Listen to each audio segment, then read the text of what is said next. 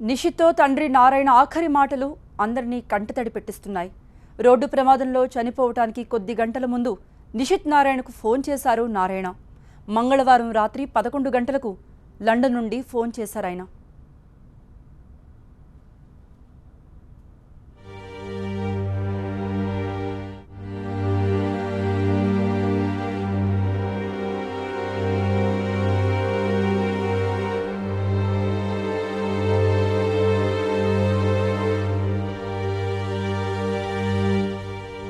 మంత్రి నారాయణ మంగళవారం రాత్రి 11 గంటలకు తన కొడుకుతో మాట్లాడారు.